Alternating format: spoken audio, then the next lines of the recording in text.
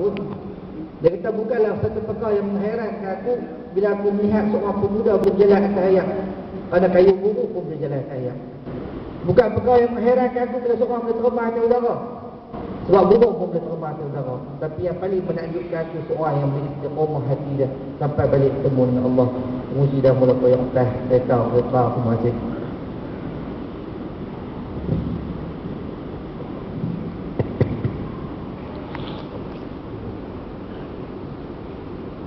Subhanallah, alhamdulillah, Allahu akbar, la haula wala quwwata illa billah.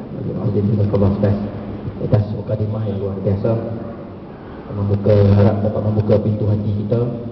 Semuanya cabaran kita sangat besar dan kita mendambakan syurga Allah. Namun dalam perjalanan kita nak menuju ke syurga Allah, kita harus mengharungi juga cabaran ini. Jadi inilah yang harus kita persiapkan. Dan Ustaz tadi telah membuka satu sirah yang luar biasa. Dan saya rasa sepatutnya boleh menitiskan ataupun boleh menggegarkan hati kita dengan sirah seperti ini. Subhanallah. Baik, seterusnya kita pergi ke panel kedua. Saudara Siddiqi. Saudara Siddiqi ini mewakili generasi Y. Betul kan, Gen Y panggil kan? Anak-anak muda ni panggil Gen Y, generasi Y. Kita ni tak dipanggil Gen X. Cikgu Abdul dipanggil generasi Syuyuh. Generasi Z. Tahu? Baik, saudara Siddiqi selaku generasi Y, dan anda juga saya difahamkan sebagai pimpinan haluan siswa di peringkat universiti dan sekarang peringkat nasional. Sebenarnya sejauh manakah keberadaan haluan dan haluan siswa berperanan dalam menyahut segala cabaran harapan agama, harapan umat ini?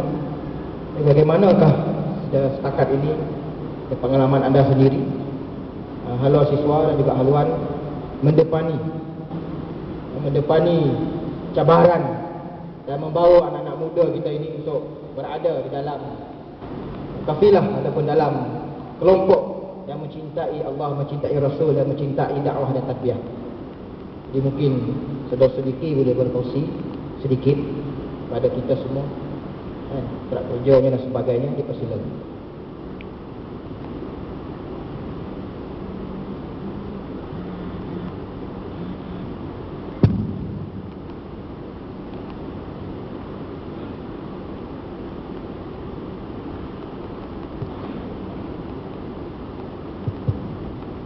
Assalamualaikum warahmatullahi wabarakatuh. A'udzubillahi minasyaitonir rajim. Bismillahirrahmanirrahim. Alhamdulillahirabbil alamin wassalatu wassalamu ala asyrofil anbiya'i wal mursalin wa ala alihi wa sahbihi ajma'in. Rabbi shrah li sadri wa yassir li amri wahlul 'uqdatam min lisani yafqahu qawli, amma ba'd. Terima kasih kepada Encik Razali Ma'ruf dan dua orang murabbi saya, Ustaz Muhtad dan juga Cikgu Abdul. Dan Ustaz Muhtad ni antara murabbi pertama saya sewaktu saya mendapat tarbiyah. Dan insyaAllah sebelum saya lebih menjurus kepada menjawab persoalan yang diutarakan oleh Tuan Moderator, moleklah jikalau kita kupaskan lebih sedikit kepada isu realiti ini, yang mana kita telah sedia maklum dibentang semenjak di awal pagi semalam hinggalah di saat ini. Alhamdulillah, dengan izin Allah Subhanahu Wa Taala, perkumpulan kita pada 2 hari ini tidak lain tidak bukan kita membahaskan satu isu yang amat penting dan sangat penting, yang mana rata-rata masyarakat pada hari ini memandangnya enteng. Tidak ramai yang merasai bahawa setiap yang lahir, setiap anak yang dilahirkan ke atas muka bumi ini pada hari ini, mereka seolah-olahnya, asal daripada kata-kata ini daripada murabbi saya juga, iaitu Tuan Rosti Haji Baru, seolah-olahnya mereka lahir ke dalam satu rumah sampah yang sangat busuk. Maknanya Dan amat menyedihkan, mereka ini tidak sedar bahawa mereka itu lahir dalam suasana yang busuk.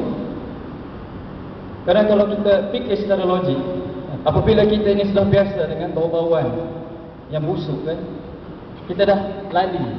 Kalau kita tengok, kalau di Kelantan tu MPKB dah kan, mereka dah relax kan, agak sabar dan sebagainya. Tetapi realiti ini, jikalau kita dalami dan kita amati, pertamanya kita melihat dari sudut masyarakat kita. Apakah pada setiap individu yang kita lihat itu, pada diri mereka, akhlak mereka, tutur kata mereka, percakapan mereka, langkahan kaki mereka, apakah itu menggambarkan Islam? Jikalau kita tidak nampak ini, jadi apakah permasalahan yang sebenarnya? Dan perkara yang kedua, apabila kita telah melihat kepada masyarakat, kita KIV sebentar masyarakat kita kan, cuba kita lihat kepada keluarga kita. Apakah setiap individu yang ada dalam keluarga kita itu, akhlak mereka, percakapan mereka, tutur kata mereka, cara lihat mereka, perspektif hidup mereka itu melambangkan Islam? Hanya kita saja yang tahu jawapan ini kan. Sebelum kita menjawab persoalan family kita tadi itu, keluarga kita, family English ni, campur sikit. Kita lihat dulu pada satu persoalan yang sangat-sangat penting, yang seharusnya dimainkan oleh setiap individu yang mana ia mengakui bahawa ia adalah Muslim, yang menerima Allah sebagai Rabbnya, Muhammad itu sebagai Rasulnya, Al-Quran itu adalah dustur kelembagaan dalam hidupnya. Iaitu persoalannya kita nak lihat adalah apakah cara hidup kita, percakapan kita sendiri, akhlak yang kita pamerkan kepada rakan kita, ibu dan ayah kita, adik kita, abang ataupun kakak kita, setiap langkahan kaki kita, tangan kita, penglihatan kita, telinga kita, apakah segalanya itu tadi yang ada pada diri kita itu tadi, diri kita itu tadi adalah Islam? Jadi ini adalah persoalan yang sebenarnya adalah yang paling asas untuk kita lihat sebenarnya. Jadi pemuda-pemudi, siswa-siswi yang saya hormati, yang saya kasih sekalian kerana Allah Subhanahu Wa Taala, melihat kepada situasi ini, saya yakin individu yang mempunyai akal yang normal, yang dikurniakan oleh Allah Subhanahu Wa Taala, tidak akan merasa senang, tidak akan menyatakan bahawa masyarakat ini adalah okey, tetapi sebenarnya adalah KO. Jadi ini yang perlu kita telitikan sebenarnya. Dan daripada rasa hati yang sebegini, apabila kita melihat begini sekali keadaan masyarakat, dan setelah mana kita menilai, kita meneliti pokok kepada persoalan ini tidak lain saja bukan adalah iman. Setuju kan? Setuju kan? Cikgu Abdul setuju dengan saya. Alhamdulillah. Maknanya kita ingin melihat kembali bahawa ini lebih menjawab kepada soalan. Apabila Haluan sebagai salah satunya NGO yang begitu prihatin, ataupun Kelantan yang kita panggil Cakna, kepada permasalahan ummah ini, maka kita tampilkan di situ satu kaedah untuk merawati mereka, yang mana secara detailnya telah dikupas oleh penceramah kita yang sebelum ini, yang semalam dikupas oleh Profesor Madya, Dr. Azizan, oleh Dr. Akram dan juga Dr. Salahuddin. Kesemuanya itu tidak lain dan tidak bukan, apabila kita melihat kembali, dia perlu berlaku satu proses yang mana yang perlu dilalui oleh setiap individu Muslim itu, barulah ia mampu untuk menjadi Muslim. Supaya mana setelah mana ia melalui proses itu tadi, barulah ia boleh melihat dirinya sebagai Muslim, dan barulah ia boleh melaksanakan segala tuntutan-tuntutan yang sepatutnya setiap Muslim itu lakukan. Dan itu adalah sunnah yang terbesar, itu sunnah tarbiyah Islami. Maknanya harus dididik, dibentuk setiap pertamanya diri kita, tidak lupa juga kepada orang sekeliling kita. Dan pendidikan ini, kalau di dalam haluan sendiri, perkara ini apabila difokuskan, kita melihat kepada isu mahasiswa. Jadi saya akan cuba lebih menyentuh lebih kepada mahasiswa. Isu yang ada pada hari ini, rata-rata mahasiswa yang ada pada hari ini,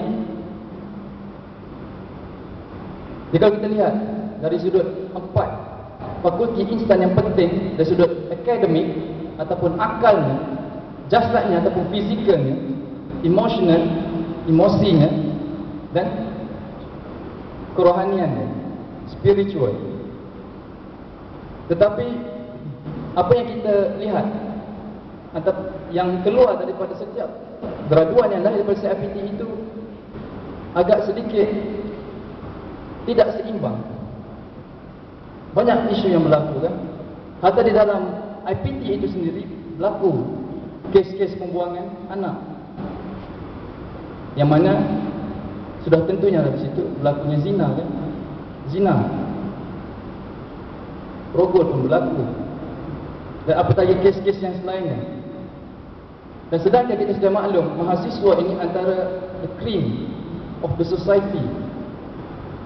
Dan juga mahasiswa ini di kalangan pemuda yang terpilih, yang sedikit lebih ilmunya itu, dan ia sangat diharapkan supaya memimpin negara pada suatu masa akan datang. Tetapi apakah kita harapkan pemimpin yang sebegini?